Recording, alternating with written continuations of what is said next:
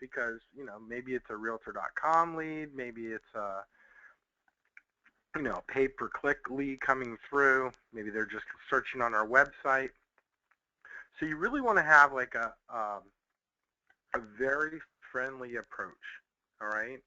A lot of times people are shocked to be called once they registered because they're not always used to that. And so you want to make sure that, when you're talking to them, that you take that sensitivity into account. Does that make sense? Absolutely. So, yeah.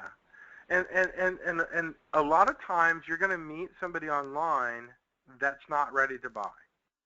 And so you're going to have to identify where they are in the process, put them in a certain type of category, and then be able to nurture that relationship. And so everything has really shifted. The things that we used to do in real estate as far as marketing, running ads in magazines, newspapers, little flyers, even, mailing neighborhoods as farm areas, some of those techniques still work, but there's not as great of a return on the investment as there used to be. The internet has really put the power of power into the consumer's hands so they can search. So everyone's finding people on the internet and things of that nature. So you got to have a great game plan for your follow-up.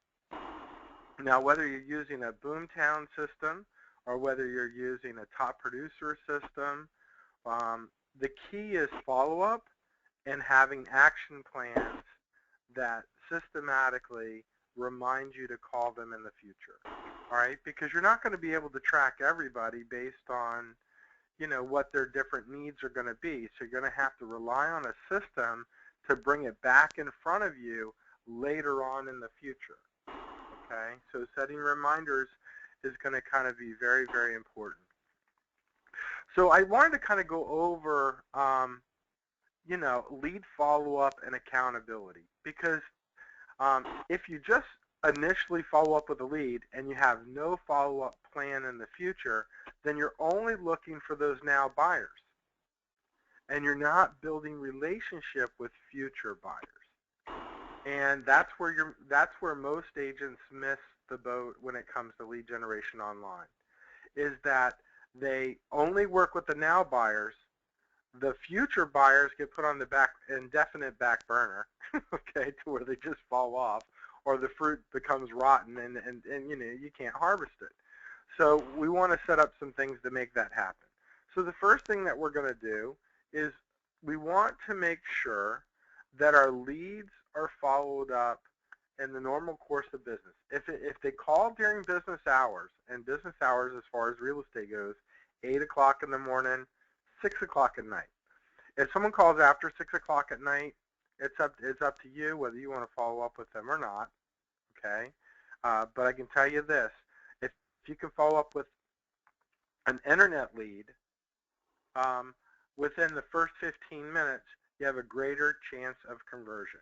Your conversion rate is up around 90% compared to everything else. And one of the reasons is because a lot of people jump online, they get their information, then they jump off. And you want to try to speak with them when their mind is thinking about real estate. All right, so we want to make sure that we focus on the ones during normal business hours. Then our first action is expected to happen within the first 2 hours. I recommend if you can get to it within 15 minutes that a lead comes to you, but no later than 2 hours. You might need to attempt to call them several times throughout the day. The first time it's okay to leave a message, but the second time you want to just, call, hang up if they haven't returned your phone call. And again, leads that are generated during the weekend are going to be high-value leads because these are typically people that are off from work and they're really, taking the time to look. So if you're off on a particular weekend, make sure that you follow up with them as soon as you can on Monday. And again, the best thing that you can do is call them as soon as the lead comes in. Now, everyone on the call has their leads set up to where you get alerted right away, correct? Yep. Okay. And Adam, whatever lead system that you have, Yep. It texts you, right? Text, email, and my system has a preliminary follow-up system with it as well. Great. So are you using Top Producer or a different system? I use my website. It has a CRM that lets me know what's going on. It has everything on my dashboard when I sign in. Mm-hmm. Fantastic. Excellent. Good job. Well, in our Boomtown system, and maybe your system does this too, we want to put people on e-alerts. Now, at our company, an e-alert is if they have a search criteria, it sends them out new properties that match that search criteria. It's kind of like a save search in the MLS if something new comes on. But it really is like a nice tickler for consumers.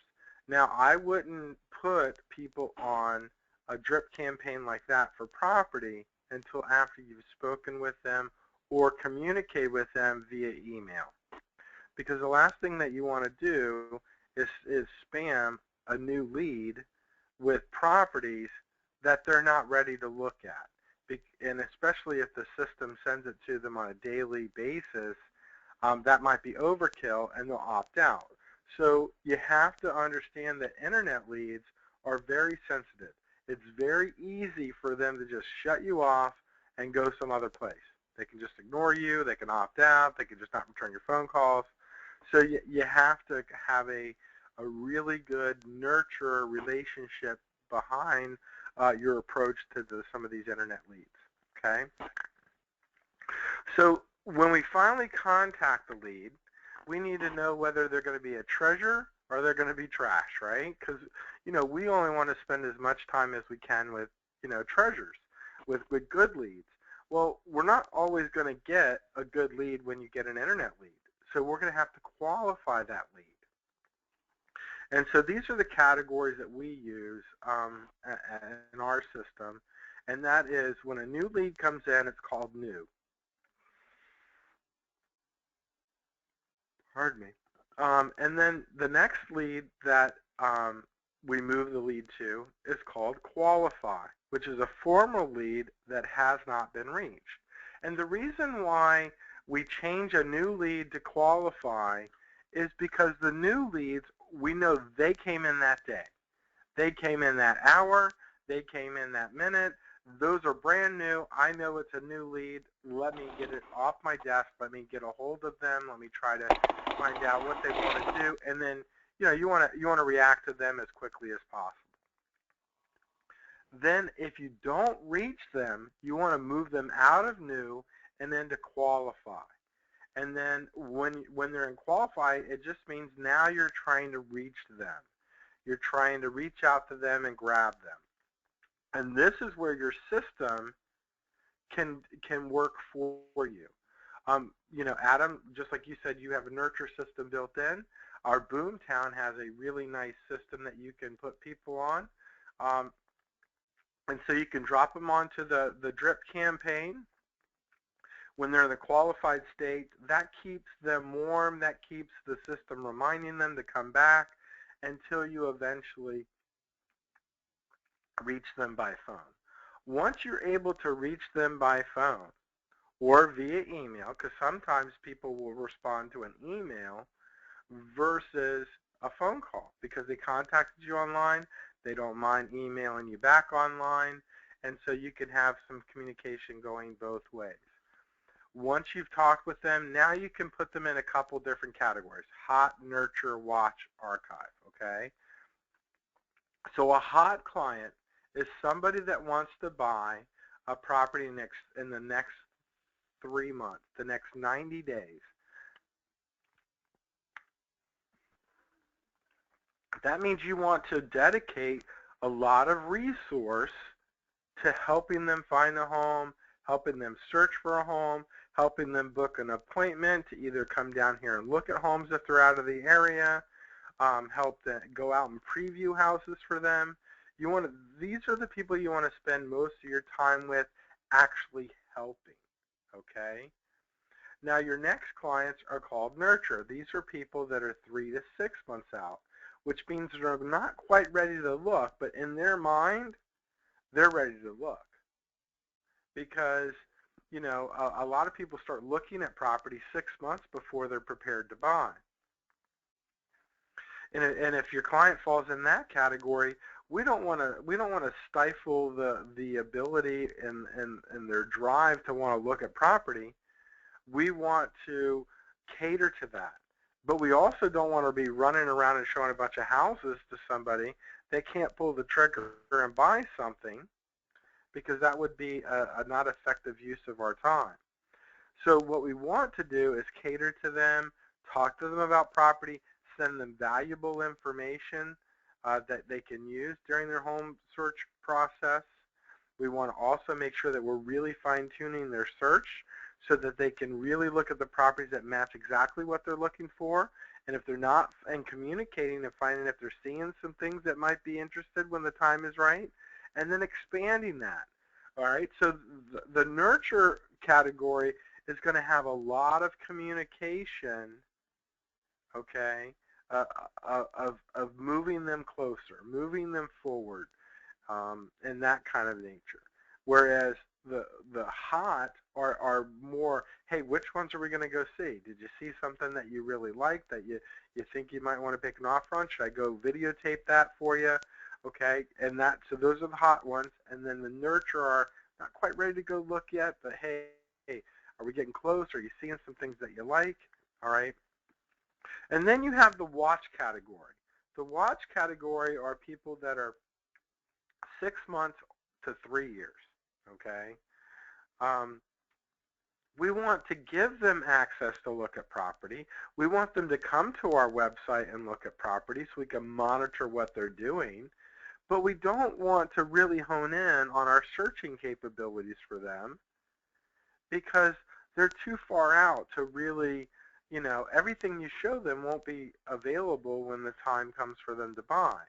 So we want to prepare them for that. We want to, you know, we want them to become experts of searching on our websites or wherever we're looking for them to search.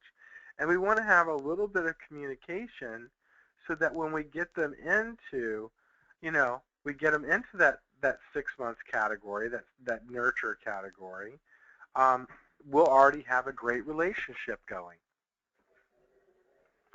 And so,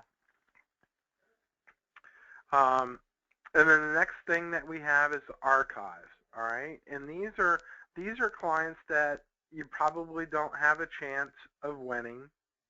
They give you a bad email, bad phone number. Well, those would be trash. But archives would be people that you just couldn't reach. You know, there's just no communication going on, or they opt out of your automated drip research. So you just want to keep a couple of these things in mind when you put them. I highly recommend that you check your archives and your trash. If you have a customer that's constantly still coming back and using your website, you may want to reconsider, okay, whether you want to reach out and communicate with them. You know, if they're constantly on the website and those kind of things. And again, after archives is trash. Any questions on categories, guys? You guys are good? Excellent. All right, give me one moment, and I'll be right back. What I use is... Oh, go ahead. Adam? What I use is pretty similar. We have the new Qualify, Hot, and Nurture on my CRM as well. Excellent. Excellent. All right, I'll be right back, guys. Thanks.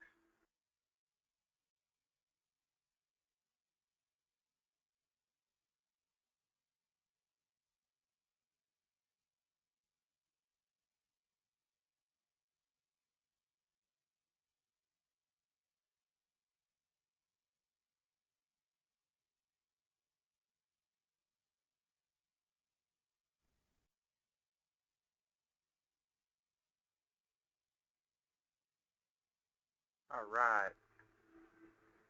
All right. So, we just don't want to forget about people. I can't, the follow-up is so important. There are so many agents in our company right now that had been working with people for 6 months that are now coming to fruition, and they're buying houses. And so, I just want you to realize that. And so we want to make sure that we follow up that way. There's some other activities that you're going to need to do when new leads come in. Again, you want to email or call them within, several times within the first 4 days that you get them. You want to have, you want to start qualifying leads. So you're going to need to have in your schedule time that you work your leads. These are the people that you're supposed to call and talk to on a regular basis. You have to put it in your schedule. And then there's some to-dos. So any system that you have that follows up on your lead is going to give you some to-dos to follow up on each of those. I'm going to encourage you to trust your system, okay? We want to trust our systems that we're working with, okay? The other thing is low-price leads. How should you handle them? Well, you should still give them a courtesy call. If the price is way too low, and you don't want to work with them, just gracefully say, you know what, I really appreciate you coming to my site. Unfortunately, I don't handle that particular market. And so be polite, because you never know who they know. All right? I'll give you a prime example. Within my first 5 years of real estate, I ran into this gentleman, and he wanted to buy a $70,000 house. And I thought nothing of it, and so I helped him buy the $70,000 house. Well, this guy was a painter. Well, he worked for a painting contractor that was huge up in West Virginia. Well, his boss decided to come down here and buy a property. Well, I got a referral. His boss bought a property for $450,000 from me.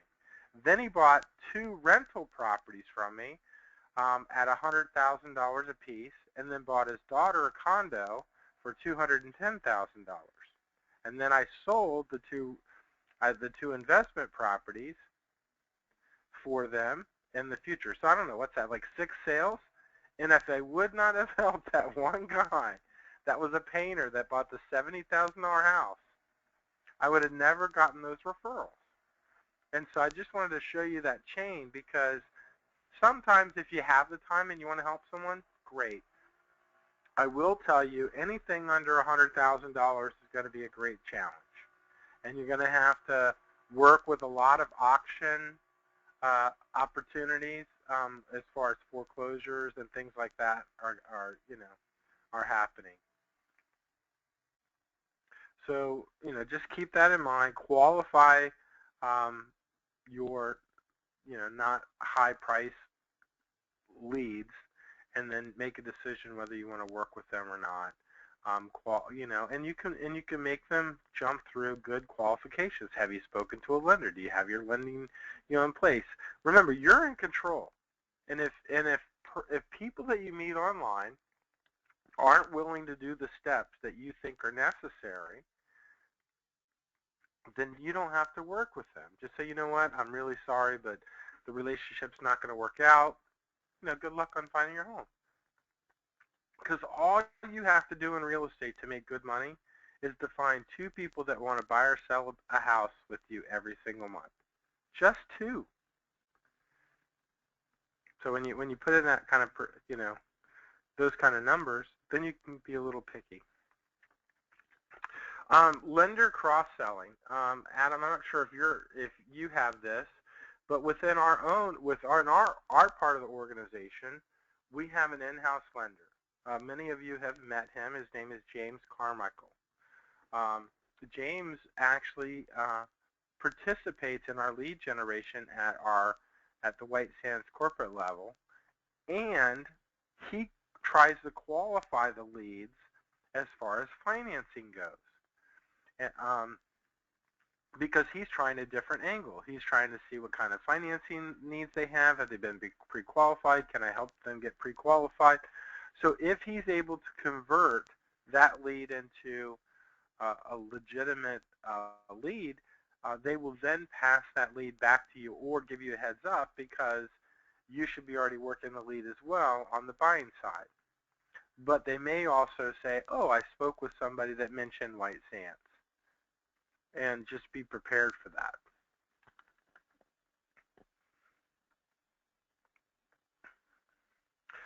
A lot of times leads might be in one category, and then you have to make adjustments and exceptions for these kind of leads. So we want to make sure that we're constantly looking at our numbers. We're constantly looking at our workload. When are we going to be on vacation? When are people coming in town? And we want to make sure that we have effective follow-up. Adam, let me ask you this. Each week, do you have certain times throughout the week that you follow up on your leads? Yes. On Wednesday and Thursday, between 3 and 5, I'm usually at a coffee shop doing that. Okay, so you do it from a coffee shop. Excellent. Yeah, to get out of right. the house. Get yourself out of it. I don't blame you. That's great. So does anybody else have it planned out that way, to where you actually have time blocked in your schedule when you're going to call these leads back?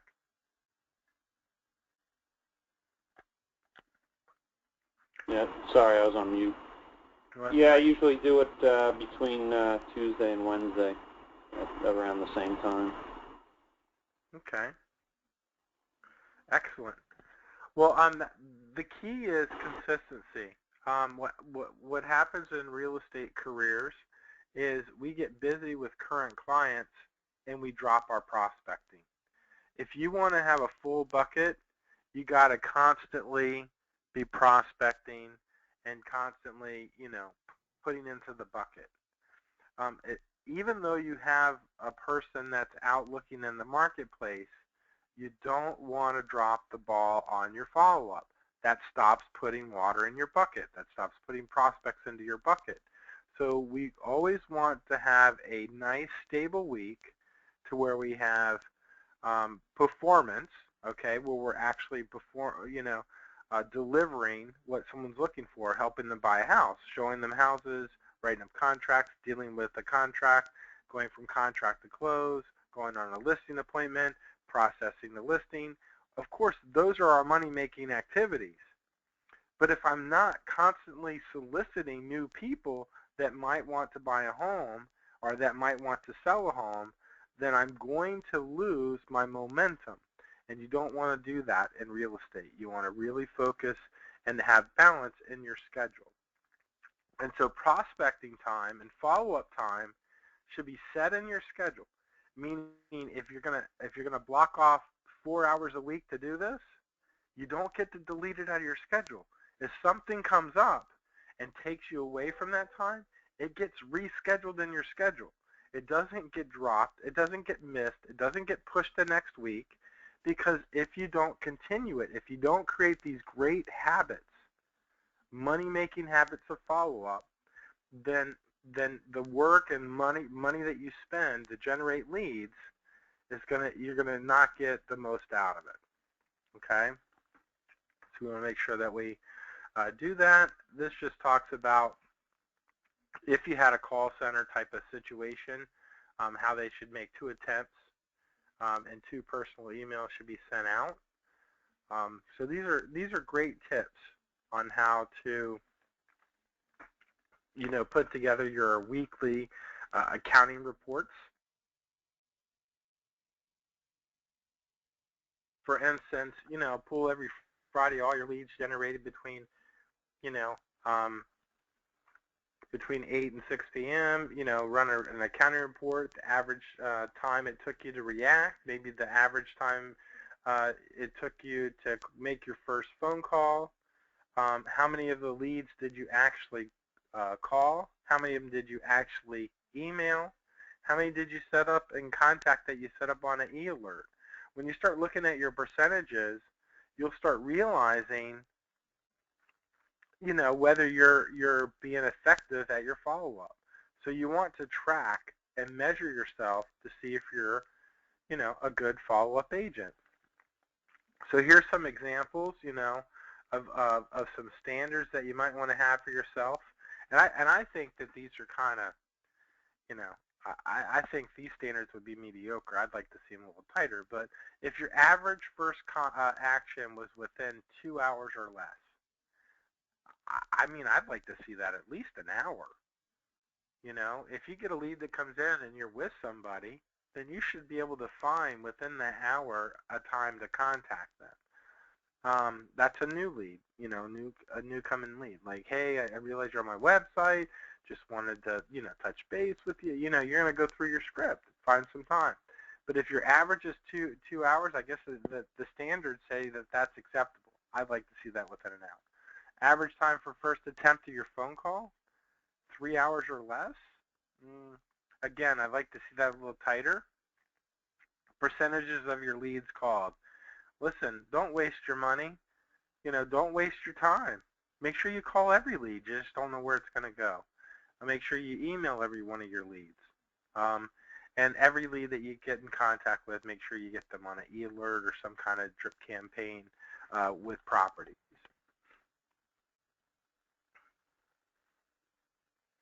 And then they then they have some actions here that you could discipline yourself if you weren't doing a good job.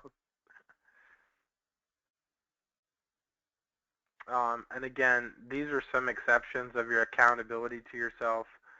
You know, your first exception within 24 hours, your first call attempt within 40 hours, you know, email attempt 48 hours. Again, that's not going to get it done.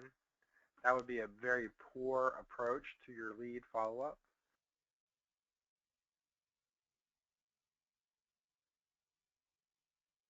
So you want to take a look at your accounting ability each week and make sure that you stay on track. Make sure that you put everybody in the right categories.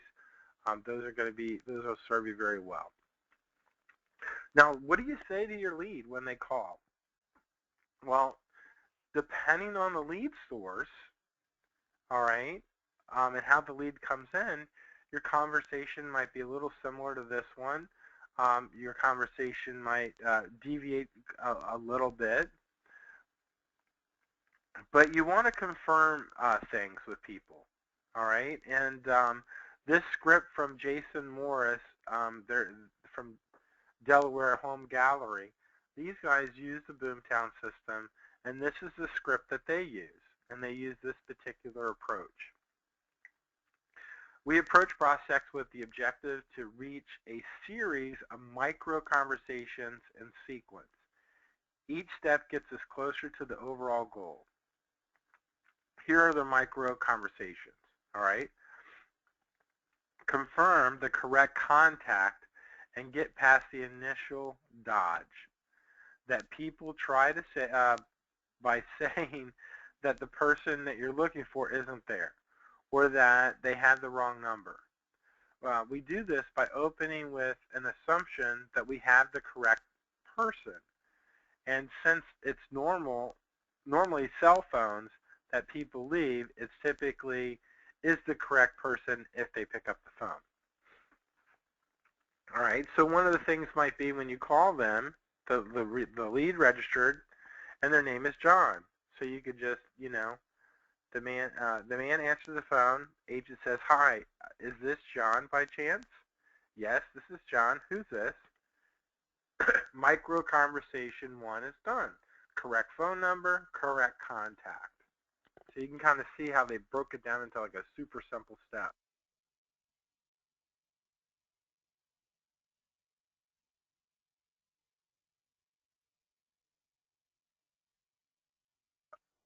I apologize, guys. I'm having a bad allergy attack today. I'm having a tough time breathing. All right. I know that familiar. You know that? Yeah. I normally take drugs for it, but I haven't been on my prescription this week, and it's really gotten to me now that the rain stopped.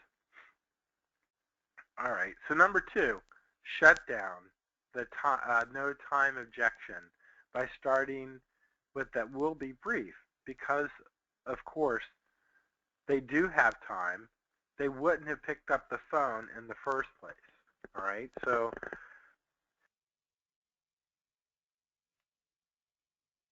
the conversation might, kind of go like this. John, this is Jason Morse with Keller Williams Realty in Delaware. I know you weren't expecting my call, so I'll be really brief. Pause. Earlier, you have registered on our DelawareHomeGallery.com to look at homes in the Newcastle County.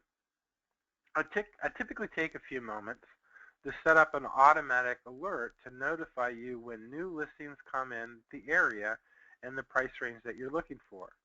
Because there are, 5,800 homes on the market, I figured I'd give you a quick call to see if I could help narrow down a little bit so you only get notified about the really nice ones.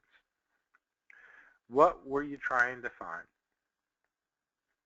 So the approach isn't, hey, let me show you out and take you out and sell a house. It's, hey, I see you're on our site. I normally send out alerts that match what you're looking for. You have a little moment to just take so I can make sure I get the search right, I think that's a great approach. It's very friendly, it's very helpful, and hopefully the prospect doesn't want to shut you down yet. The prospect offers 2 possible responses. Oh, well, I was trying to find blank, interested in tons of detail. Agent makes conversation, takes notes until he gets a trigger question in conversation for point 3 or to follow up. Or option number 2, oh, I was just looking. I'm not buying anything anytime soon. Oh, that's fine. And then the agent would be, that's fine.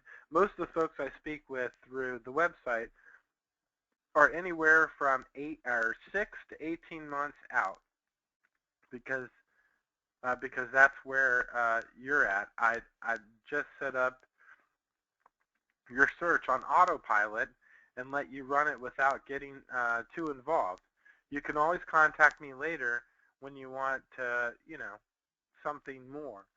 What sort of homes would you rather not have sent to you? So he kind of used a negative. What kind of homes do you not want to get sent to you?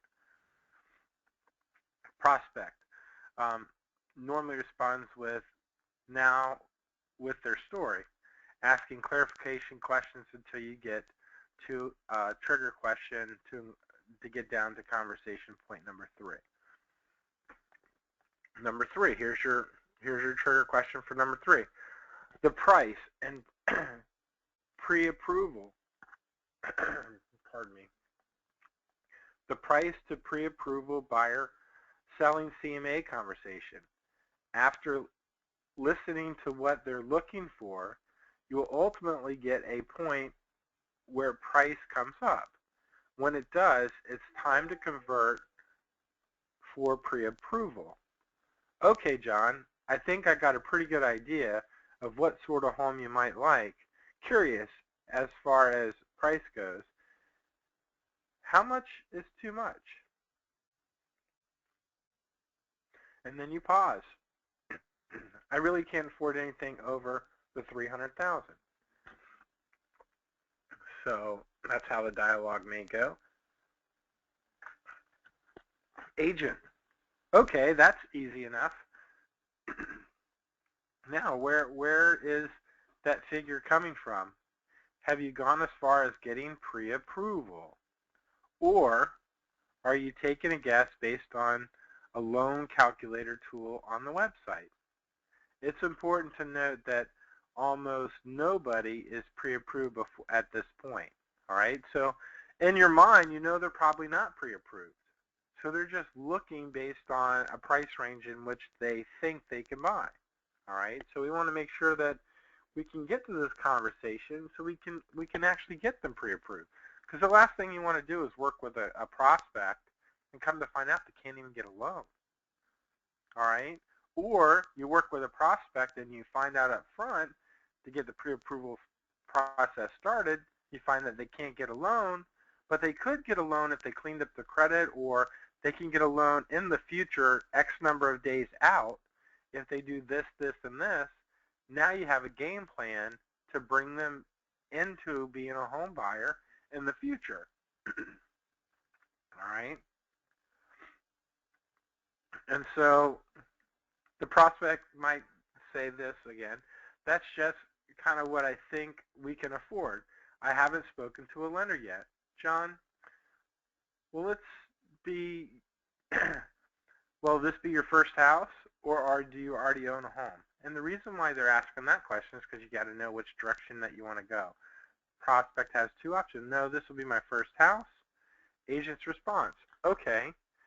Well, before you get too far into the process, it's going to be a good idea to get some information about the special programs available to first-time home buyers so that you know how much money you need to have down, how much your payments will be. This is the best number for you to get some of those questions answered. Yeah, this is my cell phone. Okay. Okay, then, if you don't mind, I'm going to do is have Joe, I can't even pronounce that word, Sekamu from Big Money Lending give you a call to answer your questions. Joe's our first-time buyer specialist. Figure on him needing about 5 minutes or so on the phone, and then he can normally have you pre-approved issues in the same day. Great. So the prospect sounds good. Let's get forward to conversation number 4. Prospect 2. My wife and I own a home right now in the area, so we will have to sell that first. Oh, gotcha. So for a really clear picture, you still have to get a value on your current home before you know how much equity you can use, right? Exactly. So if they own a home, you want to make sure that you're able to find out if they need to sell that home to get the money that they're going to need to buy their next home. And most people that I know of need that, okay? Or they can afford to buy it short term, buy the home, and then, wait a little while and then sell that home. Now, keep in mind, we're in an area that's retirement. We're in an area that we have tons of second homes and rental properties. And so they may have another home that they don't need to sell, but they have income that they want to invest down here. So just keep that in mind because of our geographic location, the things that we see.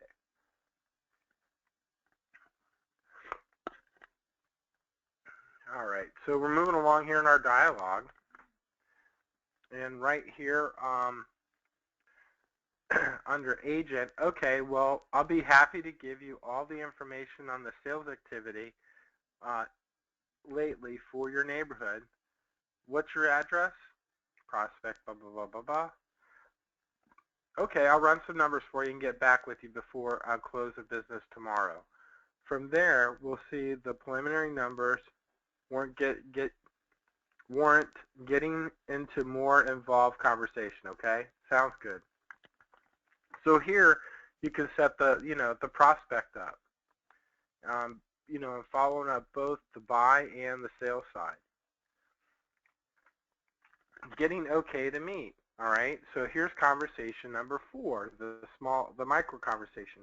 Okay, so at this point I have enough information to get you going on a good search. Our lender will take care of the pre-approval with you shortly. Once that's done, really all we need to do is find you a place you like. Scheduling showings normally requires a day to plan. So I'd like you to take some time to review the list and tell me the MLS numbers of the ones that you'd like to see. From there, I can go ahead and schedule a tour. We can normally see about 3 homes an hour. You probably want to look at 5 or so to start with. That's the what's the best day of the week for you to have 2 hours where we can go and take a look at homes.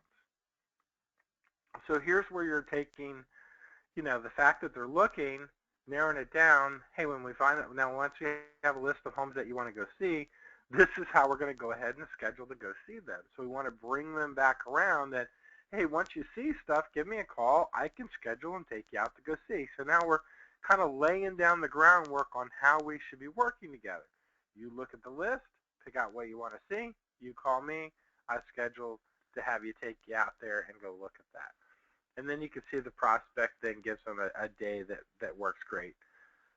Okay, great. Let's go ahead. I look forward. Look at the list. Send me the MLS numbers of your favorite 5, and once you've got your pre-approval, I'll set up a tour and we'll get started.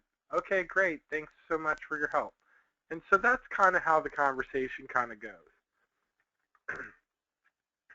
So my thinking, okay, is do you have to follow the script exactly? No. But you can see the concept behind this script. It's a friendly approach. It's very helpful. It's service-oriented. It's qualifying. Once you qualify them, you have a follow-up program. You have an action plan, overcome the objections, and then you try to book for an appointment. And then, if they're further out prospects, you got to have the nurture approach. So these are the best ways to follow up with any internet lead. Okay, whether it comes from a Craigslist ad, a Facebook ad, however they inquire, you want to have the similar conversation every single time. So I'll get these scripts and everything out to you guys so that you can look at them. We also have, like I said, we have the accountability page that you can take a look at so that you can make sure that you're on track. We also have, some best practices that you can kind of take a look at for setting up your schedule. And basically, it's just a one-page document there that you can take a peek at.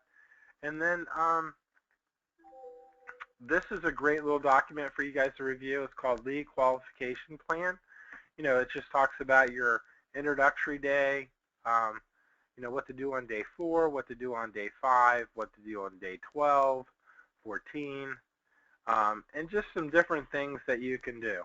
And then it also even gives you and this is a different script than Jason's script, okay? This is the Boomtown script to help you go through that. Now, Jason's script has been modified to serve his team and how they like to do it. The Boomtown script is an overall script design from Boomtown themselves to help you stay on track. And it even gives you the emails that you can, personalize and put out there and stuff. All right, what I'd like to do at this time is just open up the lines for any kind of conversations or questions or, things that you particular that you might have questions about.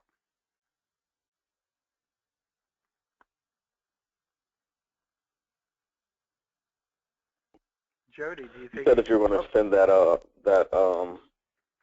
that accountability thing out, right? Yeah, I can email all this out to everybody today. Okay, good. And Adam, you got our shared online training link, right, to our online storage? If you don't, you see my screen? The Dropbox? The Dropbox? Not Dropbox. You probably have Dropbox from the old time, but we use an online storage thing now all the time.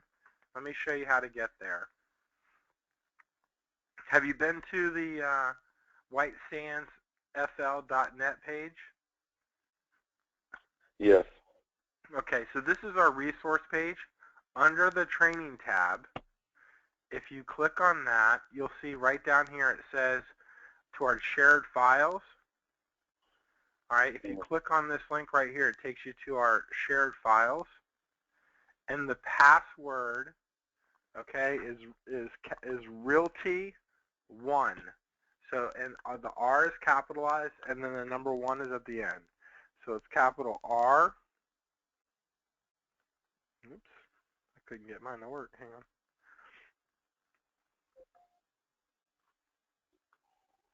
All right, so it's capital R-E-A-L-T-Y,